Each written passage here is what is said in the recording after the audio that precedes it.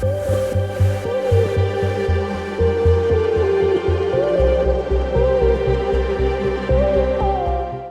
this is Brandon Smiley from ThirstGym.com. Today we're talking about exercise called the Hooklying Alternating Neutral Grip Dumbbell Floor Press. This is a great exercise to restore some movement options, still build some upper body strength, and have your lower body and your upper body feeling really good. What you're going to need are 2 dumbbells and a little bit of space, and then we're just going to do some different kind of floor press variation.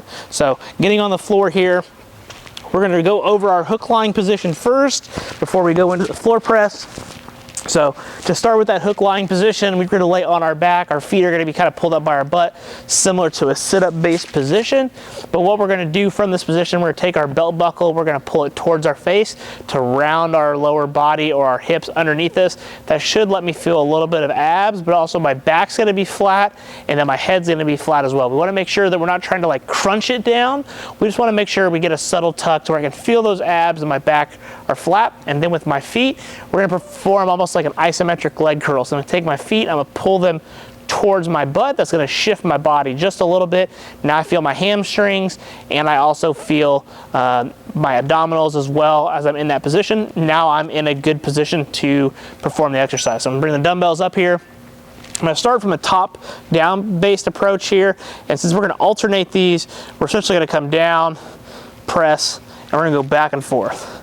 And so what that's going to do is let our upper body stay good and fluid as we have an alternating based fashion. Since our ribs do alternate as we do different things, I'm going to knock out however many sets and reps I'm supposed to. And then when I'm done, I can put the dumbbells down. So by being in that position, that's going to shift our center of gravity back just a little bit from our hips perspective. And then alternating, as I mentioned, is going to keep our rib cage moving back and forth. You by all means can start with them on the floor and press as well. But generally people are having any kind of shoulder-based issues. I like to just keep them at the top base position so that there's not any additional strain on the shoulders while we're doing the exercise. So since this is an exercise that's probably new to many clients or people, the big thing is trying to teach them the Hooklying position, understanding that they're going to feel those abs and those hamstrings, and they should feel some pressure off of their low back if they happen to have any kind of low back issues. The alternating is just to keep the upper body good and fluid.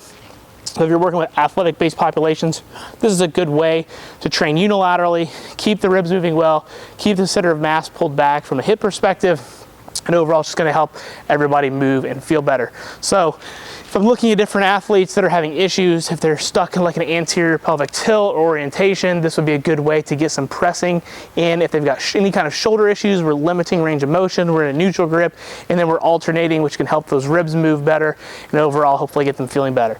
So this would be a good exercise to do for about 2 to 4 sets, anywhere from 6 to 10 reps per side. Since you are alternating, it is going to take a little bit longer than if you do both of them together, but generally speaking, that's a good set and rep range to start with, and then you can adjust for feel based upon if you want to push a little more strength, or if you're trying to push a little bit more movement options, then you can just keep those reps good and high. If you got any questions, let me know in the comment section below.